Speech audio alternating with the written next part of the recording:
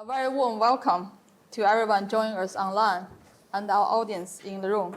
It's really so nice to see all of you here.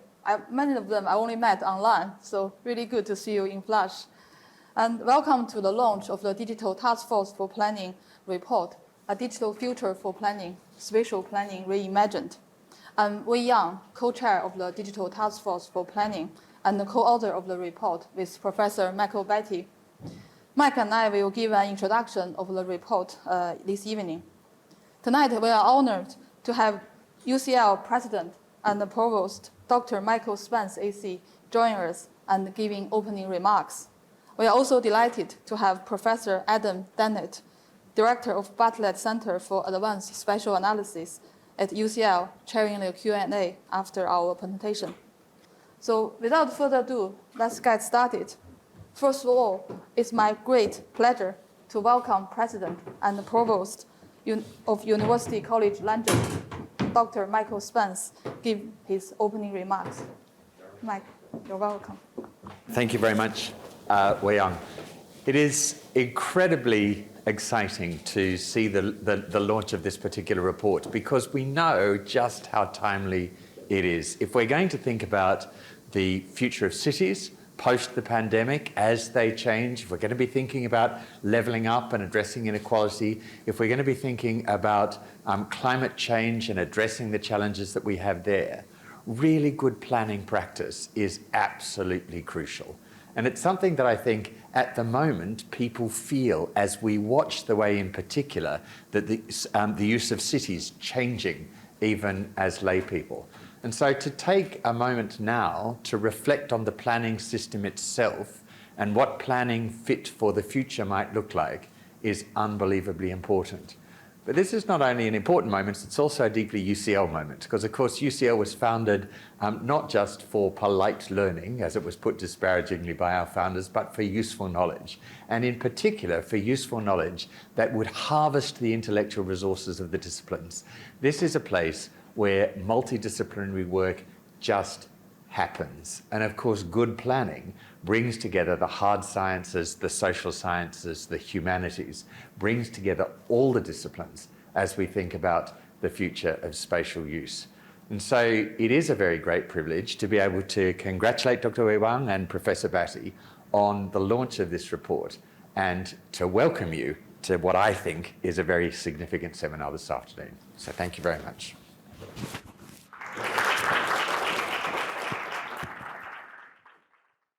Welcome, ladies and gentlemen. Basically, Wei and myself met about 2 years ago, and we talked about things and realized we had this interest in the whole question of digital technologies and planning, and had worked on in these areas for a long time. And she suggested that we form a digital task force, basically to actually produce a report on what we thought were the key elements of how planning, as it were, was to embrace the digital revolution. And in some senses, this coincided with her year as president of the RTPI, that's the Royal Town Planning Institute. And it was particularly fortunate that if you're president of an institute in this sense, then you have to go to many, many different events involving the constituency of the institute, town planners basically in this sense. And this was a great opportunity to float these ideas, not necessarily to convince everybody about the importance of digital technologies in planning, but at least to sound out opinion in that sense and to influence in a way. So during this last year, we've been involved in this, and all of our meetings have been online. So the report that you can see, in fact, contains information that was almost exclusively, I think, online using Zoom and Teams and systems of that sort. In some senses, it's very timely, I think, as Michael has just said, in the sense that if you look at the digital revolution, we've got to remember that computers were actually first invented about 80 years ago. As a student in Manchester in the 1960s, I was privileged to be part of the early bit the very early bit, I suppose, now in this particular context. And one of the kind of key features of the digital transformation, which has been going on since the digital computers were invented, is the fact that at every stage, we've not been able to anticipate what comes next. Back in the late 1940s, people very close to those technologies argued that there would never be more than, Thomas J. Watson, IBM, basically said there would never be need for more than 4 computers in the world.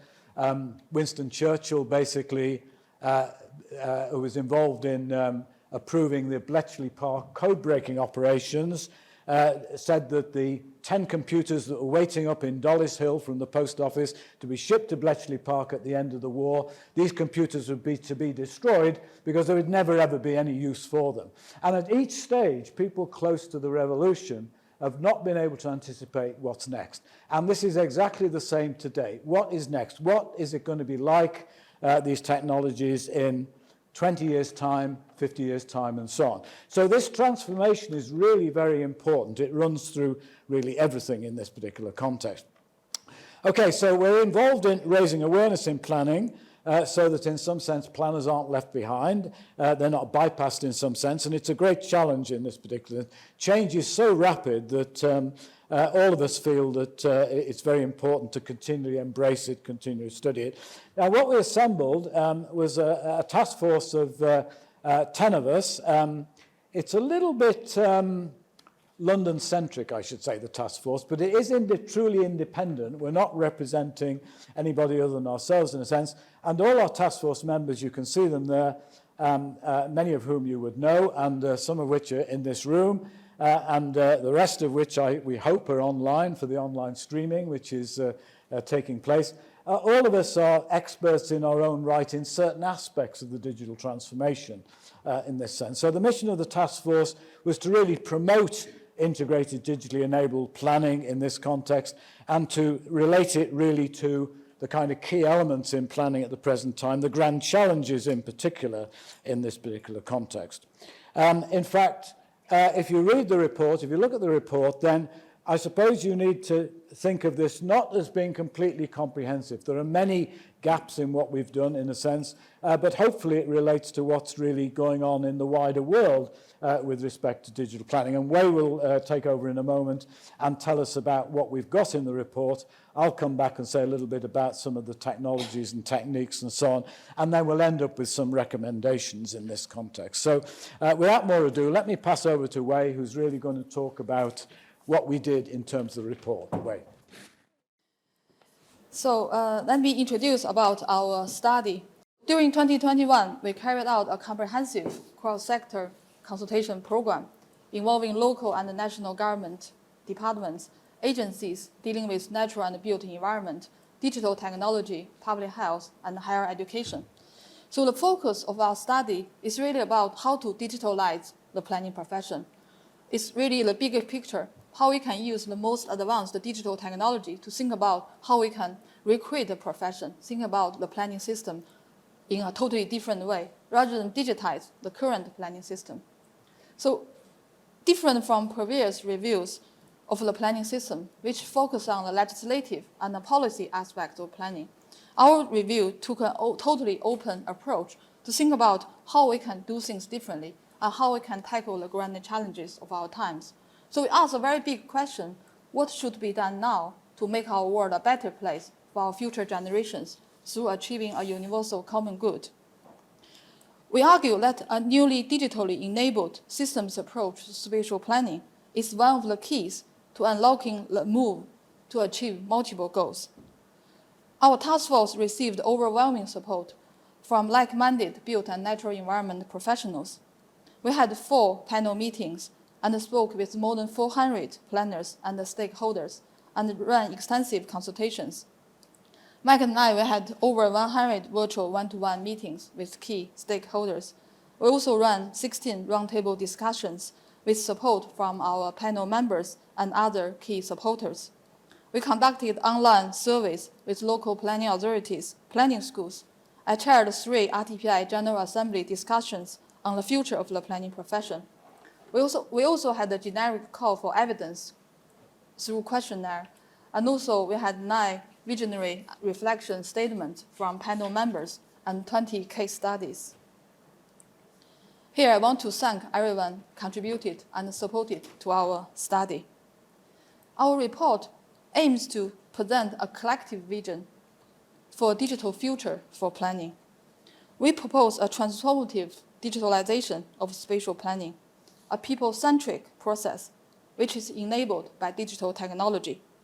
Through this approach, different social, environmental, and economic dimensions can be considered in a systematic way.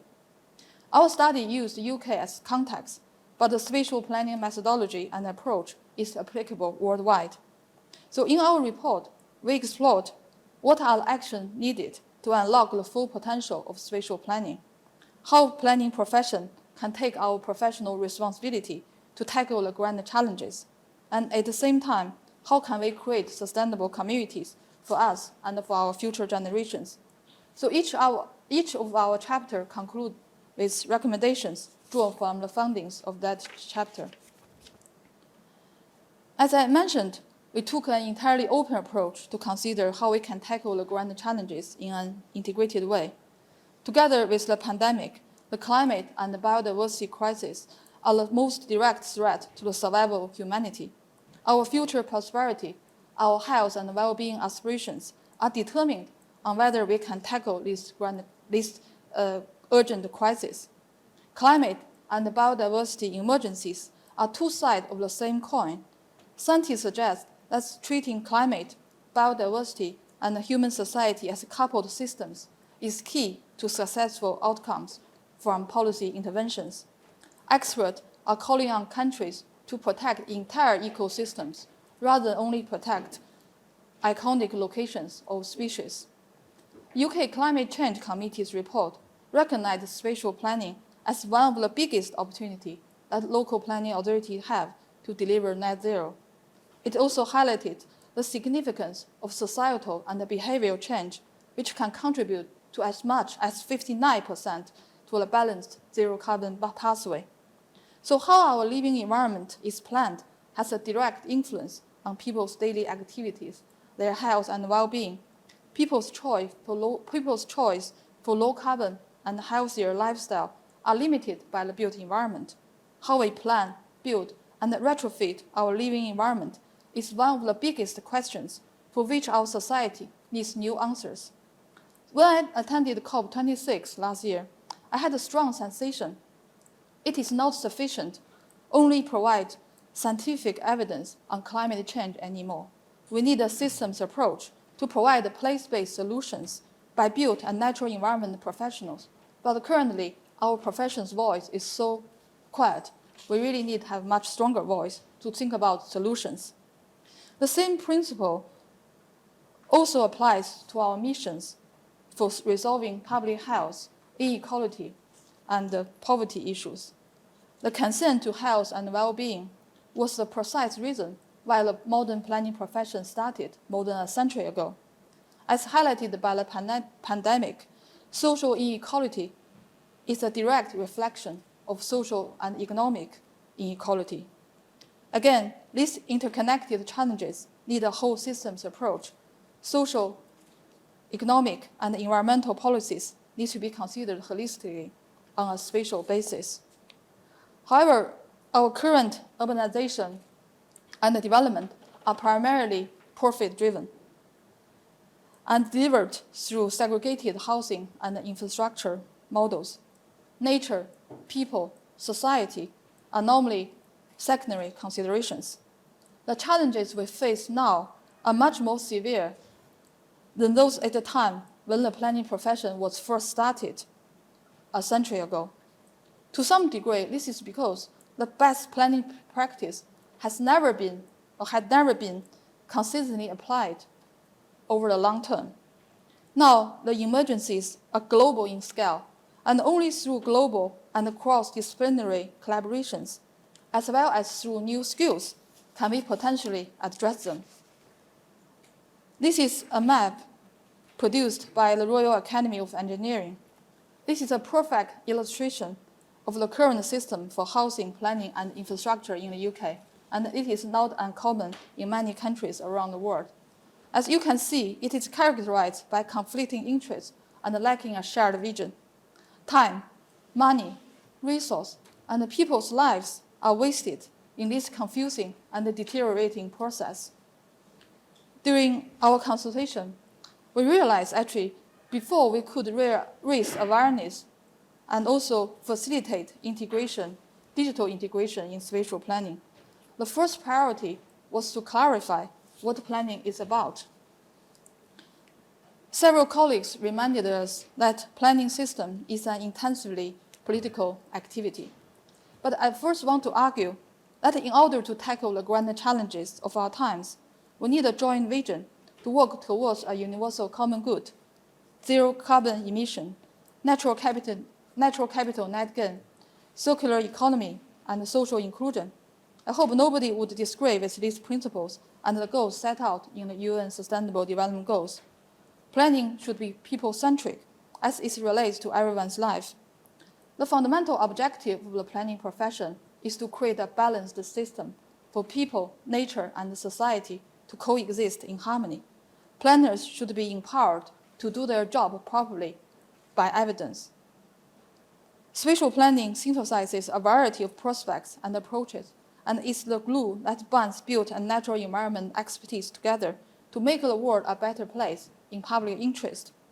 It is vital that we recognize spatial planning as an important applied science, which interconnects social, environmental, and behavioral science. Each one of these disciplines has something to contribute to planning, but this is beyond the capacity of any one of them to subsum. Spatial planning is highly creative and is a discipline with national significance. It not in any way should be treated as a bureaucratic exercise. It is important for the planning profession to take a leadership role in forging a common and collective sense of purpose with other good forces in the wider society.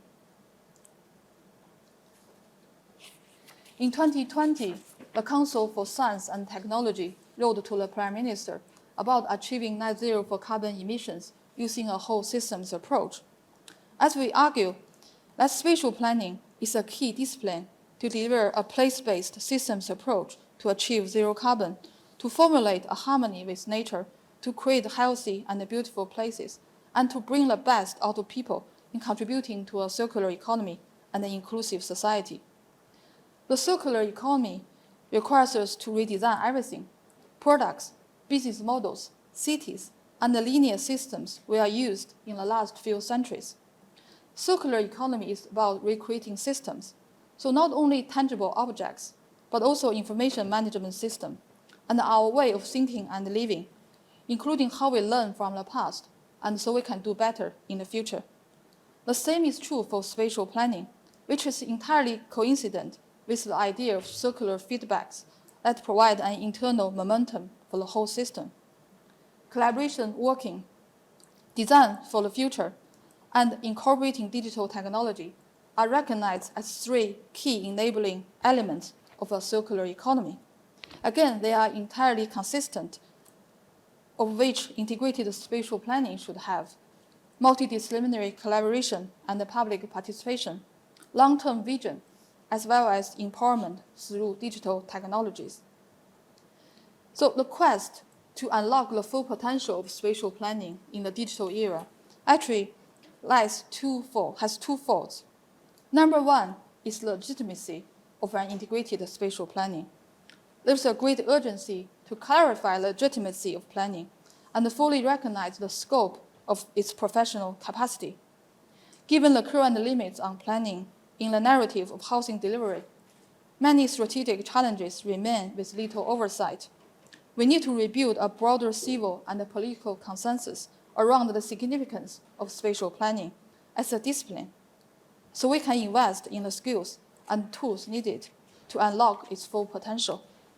Secondly, we need to recognize spatial planning involves a highly sophisticated sequence of interactions and decisions that require digital method and data advancement, which can turn original linear thinking into multidisciplinary intelligence, and planners should play a key role in making this transformation. We believe digitally enabled spatial planning can bring a transformative system change on how we design and manage our cities and towns, how we engage with the public, and how we share data and information with each other. It will generate better engagement in the plan-making process, enhance efficiency, and optimize value of data. The people-centric nature of this way of thinking will allow stakeholders, planners, designers, and policymakers to think intelligently through an evidence-based decision-making process. Participation using digital technologies for communication and design are central to this transformation. This will generate an inclusive community approach, more interesting, visual, and accessible planning, much speeded up planning process, saving cost, increasing efficiency and productivity, as well as a unified approach to information management.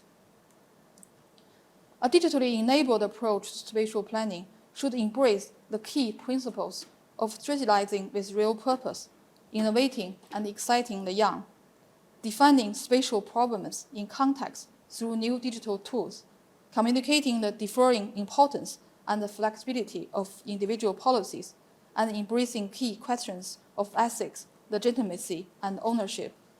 Collaboration through underpinning usability, accessibility, data operability, and exchange is key to generating inclusivity,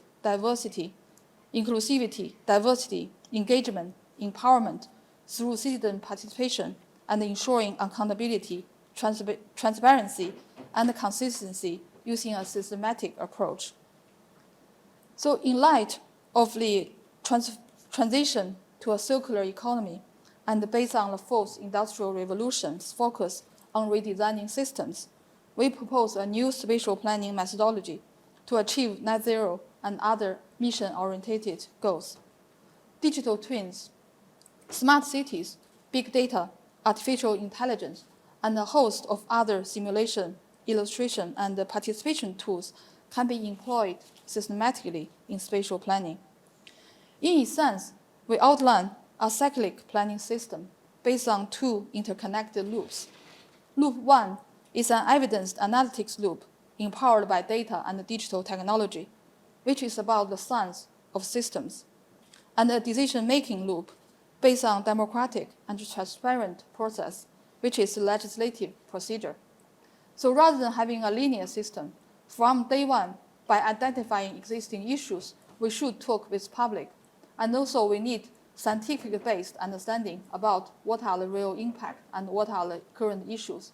And also we need to build into the foresight to think about the future rather than only think about the historical data. So we can create a shared vision with the wider community and the key stakeholders. By having this shared vision, we can speed up the whole planning process. And then we can have a whole system to think about an integrated phasing and action plan for implementation. So we can capture all the information through this process, and then we can capture the monitoring, and we can capture and monitoring the operational data, and make sure all this information can be fed back to the loop from the original start again of identifying existing issues. So actually, this will really speed up the whole planning process and make sure we can learn from the real issues as soon as possible. Through extensive engagement and consultation with key stakeholders, we have identified the urgent need to establish a complementary set of core digital capacities in data, platforms, tools, and technologies and techniques, as well as developing adequate skill capacity within the planning profession through training and education.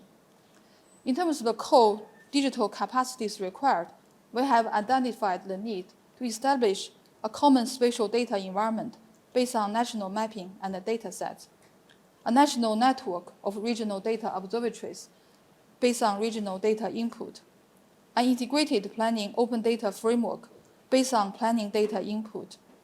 So digital planning support systems need to be designed to capture back office data in an integrated open data framework with decision support and the public consultation functions. Also, we need unifying planning metadata and information management standard to enable the twin pillars of development control and plan making to be coordinated and synergized. We also reviewed a diverse range of digital tools and techniques which should be introduced to planners so they can be integrated in spatial planning. Now I'm going to pass on to Mike to give further introduction about the digital tools and the techniques, and also the status of digital integration in planning. Thanks very much, Wei. Basically, this is not a technical report in any sense. It's really a report about the whole question of digital technologies and how they might be useful to address the grand challenges that Wei has talked about in this sense. But in the report, we do talk a little bit about digital tools and techniques.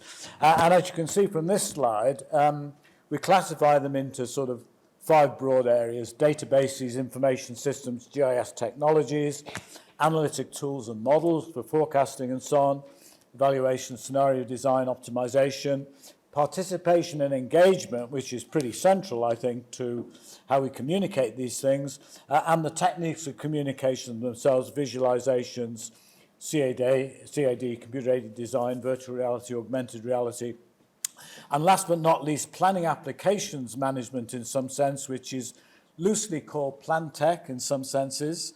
That's the popular term for it at the moment. All of these things are really part and parcel of the digital transformation. Now, in many ways, these things are not new.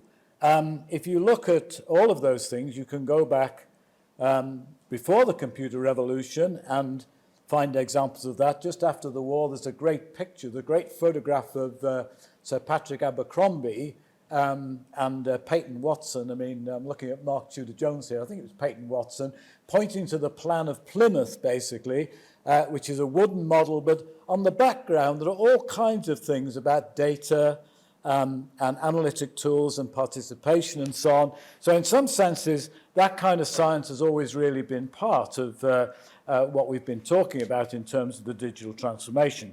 I mentioned Patrick Abercrombie because he was a Bartlett Professor of Planning. Well, it wasn't Bartlett in those days, but he was Professor of Town Planning here in the college, responsible for the Greater London Plan, of course, in this particular context. And if you walk down the corridor here from the South Cloister to the North Cloisters, then I think his office was down in that sort of area towards round by the Slade and so on. So Patrick Abercrombie was in one. By introducing Patrick Abercrombie in this way, I should also mention that the person who is perhaps in some sense most instrumental in terms of modern thinking in planning, Patrick Geddes, for example, was also here in 1879 when he was a biologist. And if you again walk towards the North Cloisters, go to the Haldane room after JBS Haldane and so on. The Haldane room was where Patrick Geddes, as a demonstrator really in physiology, actually met Darwin, basically. And if you look at the stories about Geddes' life in that sense. So this is a blatant plug for UCL in that sense, that some of these techniques have been invented here. If you look at transportation planning, for example, then of course a lot of that was developed here in UCL by Reuben Smead and John Wardrop in the 1960s and onwards. Anyway, less of that. In the report, what you'll find is that we categorize them, these techniques, in a little bit more detail. Those of you who are looking for what these techniques actually do won't find it in the report in that sense, but there are hints in a sense and directions really in terms of this. Okay, what we also did in the report is to try and produce a rudimentary survey of what the state of the art was with respect to digital transformation, digital tools and so on, the use of digital tools in planning authorities and also in academia. Now, because in a sense we're an independent group with limited resources, quite purposefully, as I said earlier on, we basically were only able to look at something like about 10% of all planning authorities, local planning authorities, 34 responses we got from our survey. And you can see here in this slide that the responses vary enormously, that local planning authorities who did respond had quite good information technologies in terms of their organisation within the authority, etc., sharing of of technologies and so on, sharing of data in some sense, much less so when we move towards the use of the tools for actually plan making in some sense. So there is this distinction between planning organisation on the one hand and plan making on the other. I should say too that one of the features that was very apparent is that there is an enormous amount of data tied up in planning authorities which really relates to planning applications, as it were, planning permissions, which potentially probably would provide us with the best record of what's actually happening in cities and regions and in the countryside and so on, than any of the official data that we actually use. So actually extracting that data and managing it, which is one of the prime objectives of PlanTech really, in some sense is really all important. And our report really identified the fact that there are enormous gaps in this particular area. A number of things on this slide very quickly then. Shared and not so shared information, technologies and data between departments within a local planning authority, within a local authority, etc. This we found was problematic in many ways. The middle of this slide shows what challenges they face in acquiring data, everything from cost, availability, confidentiality, quality and so on is really important in that context. And importantly, the kind of austere constraints in which local planning authorities have to alter. These were all things that came out of our survey. Now, we tried to do a similar thing for planning education, basically. We had a questionnaire which was responded to by about 10 schools in that sense.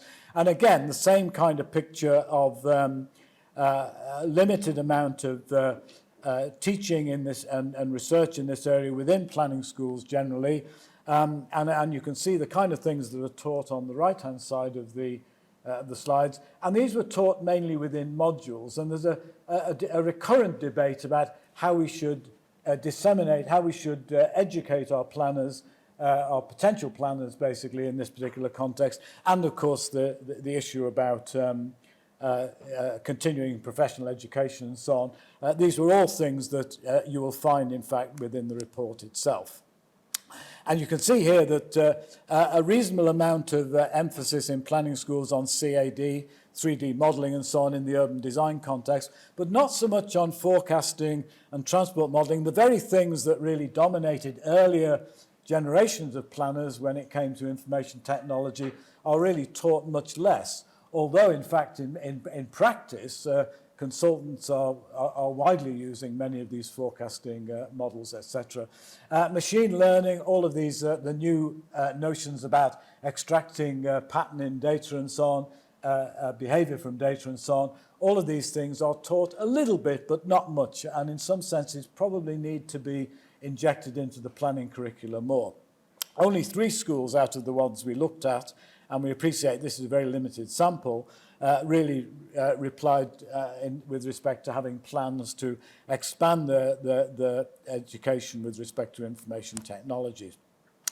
Also, the report looks at obstacles and opportunities for changing the picture that we found, the skills gap, the limits of technology and data with respect to the fact that the data is not really often the kind of data we really want. The technologies are limited by their ability to actually communicate really the right ideas and by the theories and so on. Organizational constraints, professional boundaries, these are all very well documented issues that really came out of our report and have been identified by many other people.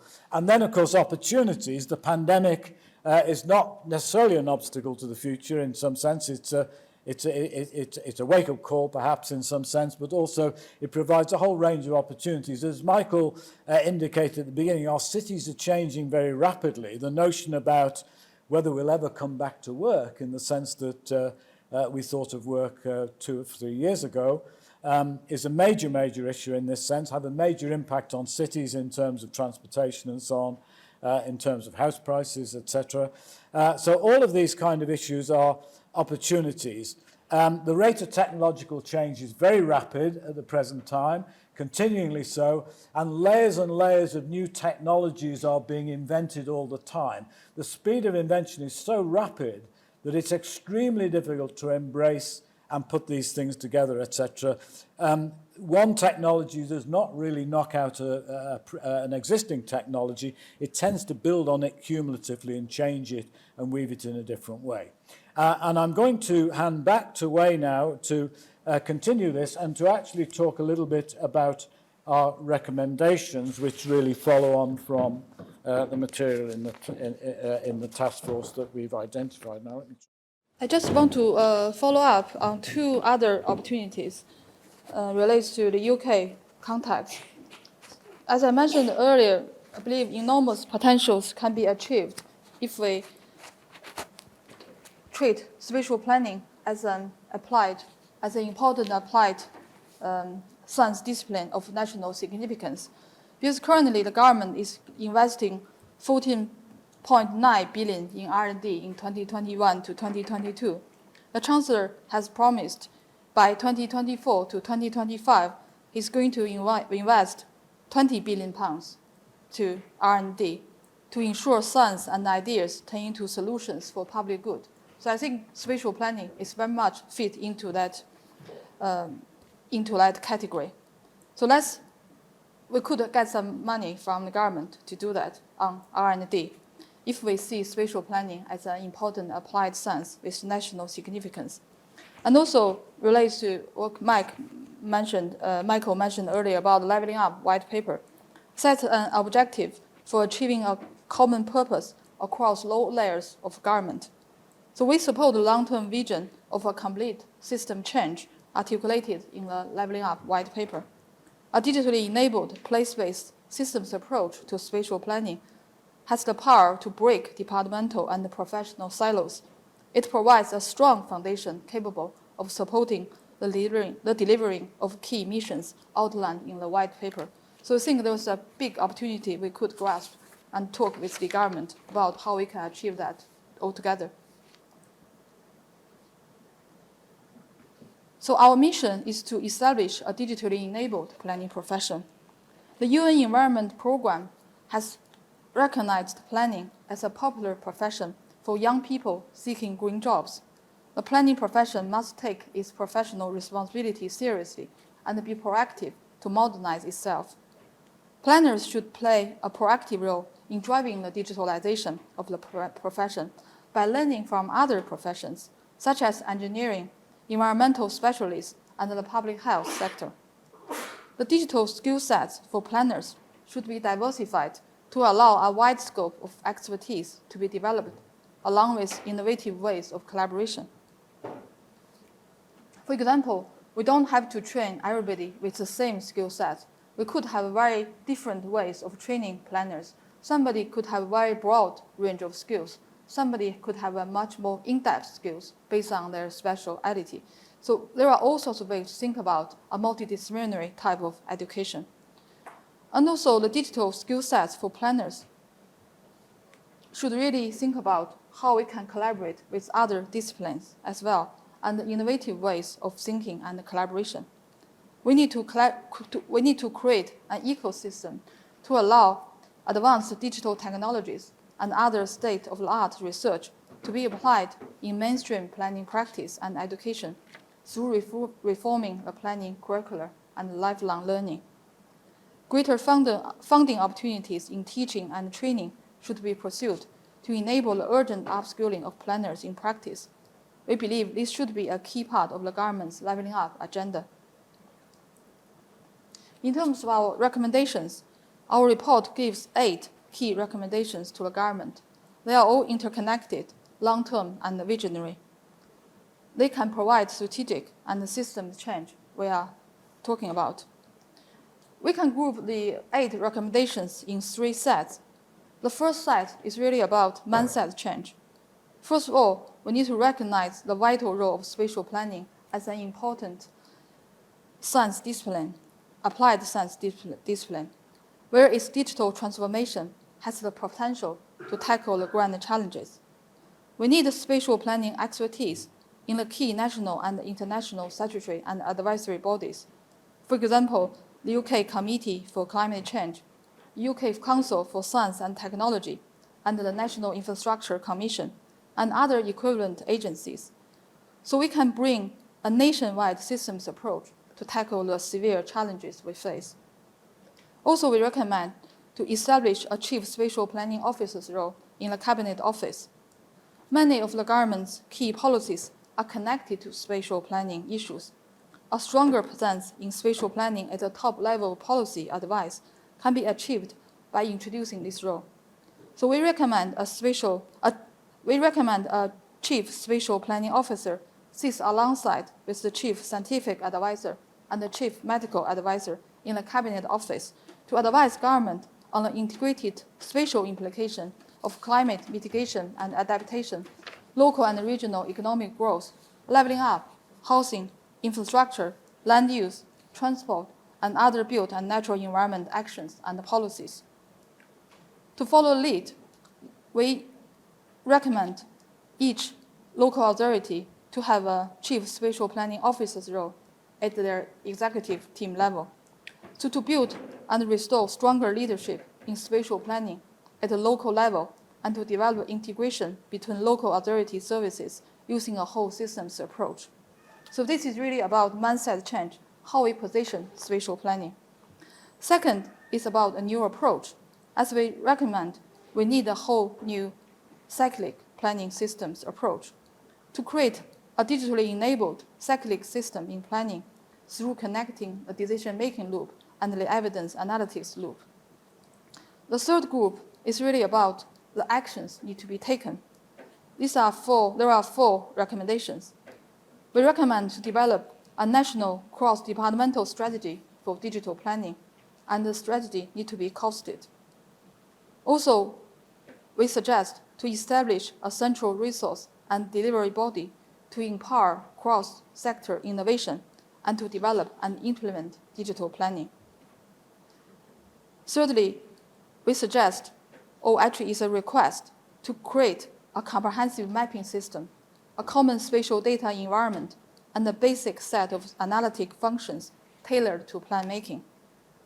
Last but not least, there's an urgent need to invest in digital planning and forging an ecosystem between planning research, practice, education, and lifelong learning to stimulate a cultural change in planning profession.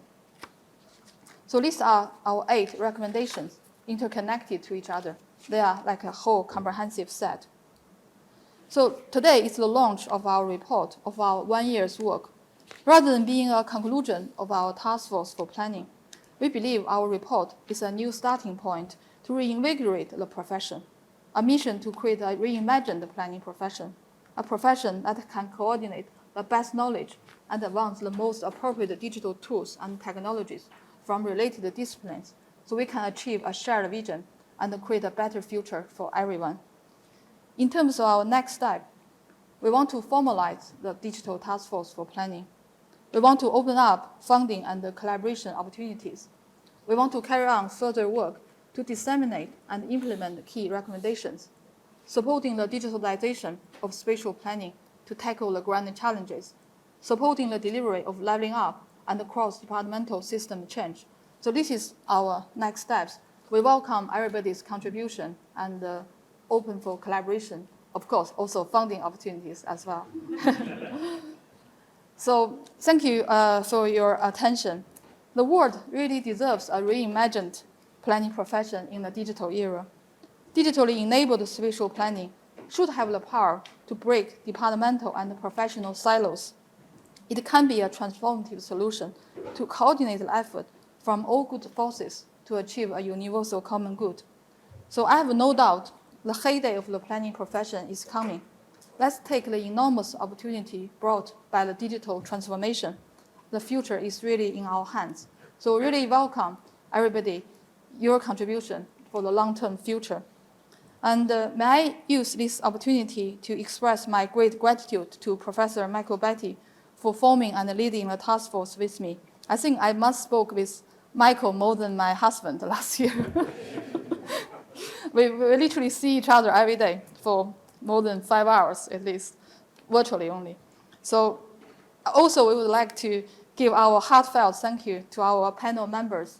We have in the room Mark Trudy Jones and Janice Mulford in the room. And also we have other panel members joining us online. And everyone supported our work and contributed to our report and the consultation in 2021. This is the start of our journey. We look forward to working with you closely in the future. So we will take some Q&A questions from Slido. And Professor Adam Dennett, Director of Batty Center for Advanced Spatial Analysis, will chair the questions.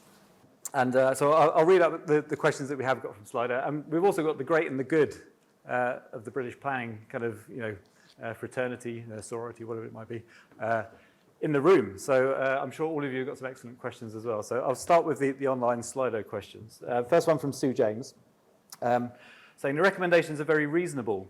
Of the 8, do you think establishing a chief spatial planning officer role in the Cabinet Office will help drive the rest? I don't know if that's Michael Way. Yeah, very much so. We think it's a very brave recommendation, but we think it's an essential one. Yes, it's important in some sense, and it is a kind of a cockshow in a way. I mean, in some sense, it's a wake-up call, I think. Much of what we say in the report is a wake-up call in that way.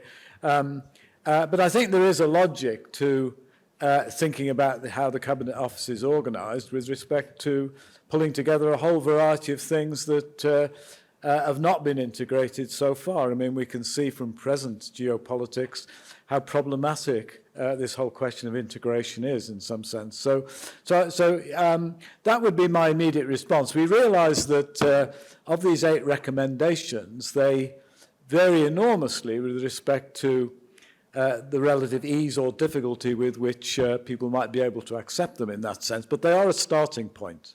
That's what I'd say to Sue. Okay, so next question also from Sue. So this Slido kind of allows you to vote questions up. So if you're in the audience, you can kind of vote up the most popular questions. Sue's also saying, Mike, are you saying that students in planning schools are not learning what they need to use in practice to be effective? Well, it's a difficult question in the sense that, yes, I mean, in many senses, what has happened in planning schools is that the curriculum has expanded. This is true of many areas. Curriculum has expanded dramatically in this sense, and also the length of education is reduced. Certainly at the graduate level, courses moved from 2 years full-time to 1 year full-time, etc. So to some extent, everything has been squeezed, and in that sense, really it's a question of establishing the importance of these different areas, which is changing all the time.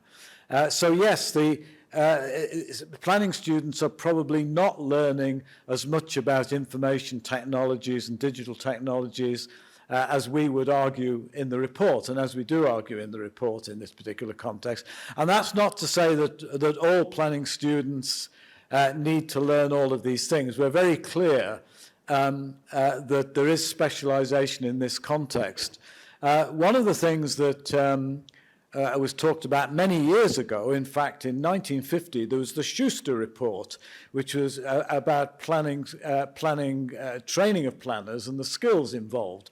And the Schuster report identified back, 70 or more years ago, that there was great variety within planning in that sense, and that has to be reflected in planning education as well. And so our recipe would be, I think, for planning schools to be able to embrace this kind of concept, to embrace this concept, and begin to actually think about the right sorts of specializations, both within and between different schools. Through our survey, we realized actually there's a strong correlation between the planning education and the practice in local authorities. So actually, are we, say, teaching planning students to be local planning officers? I think it could be broader than that. So really need to think about, like we recommended earlier, we need a very broad range of skills for planning education so they can pursue different type of career, which we really think about. I think fundamentally planning is really about our social value, so public interest. If that can build into a very wide range of different professional careers, I think that would benefit the community much wider. Right, again, our Slido's hotting up. I've seen there's a couple of hands in the audience, so we'll go to the centre first of all. Hi, I'm Peter Madden. I'm at Harvard University in the planning school. Just to respond to are we training planners for the future? So we recognise we haven't been. So we've got a new module launching next year on digital planning. Covers a lot of what's in the report and hugely welcome the report. Thank you very much. But we also kind of one thing you didn't mention was the kind of ethical and values-based issues around digital planning, because it's not values-free in terms of privacy, surveillance, data choices, and so on. And we're trying to teach students about those choices as well as planners. Any comments on that? Yeah, this is covered in our principle, but we didn't really expand too much on that. Yeah, I think you can pick off different sorts of technologies and begin to answer your question, Peter, with respect to them. So, for example, in terms of data, the whole question of privacy, confidentiality, and so on is really very, very major in terms of new data, big data, and so on, open data, etc. So there are issues of that sort. But more particularly, none of these technologies are value-free. There isn't such a thing as value-free, basically, in this particular concept. And that's a big transition from the way we thought about planning, 30, 40 years ago, in that sense, that clearly there are values involved in the choice of different technologies and so on. Different technologies in and of themselves are representative of different values in a sense, and they have to be laid out and made explicit. So I would agree entirely with what you're saying. Okay, so Yolanda had a hand up as well in the audience. Yolanda Boggs, real estate at UCL. I had a question, actually, it's about, should we be talking about digital planning? In other words, at all. And in as much as digital transformation actually changes the nature of the thing itself. And if we digitize the planning system, we're digitizing a late 20th century system, whilst the built environment is changing due to all those environmental and social factors that you talk about. It's changing so fundamentally that it seems to me that we're in danger of, if we talk about digital planning, of kind of replicating a 20th century practice into the 21st century. And other ways of actually taking a more future-based, sort of transformed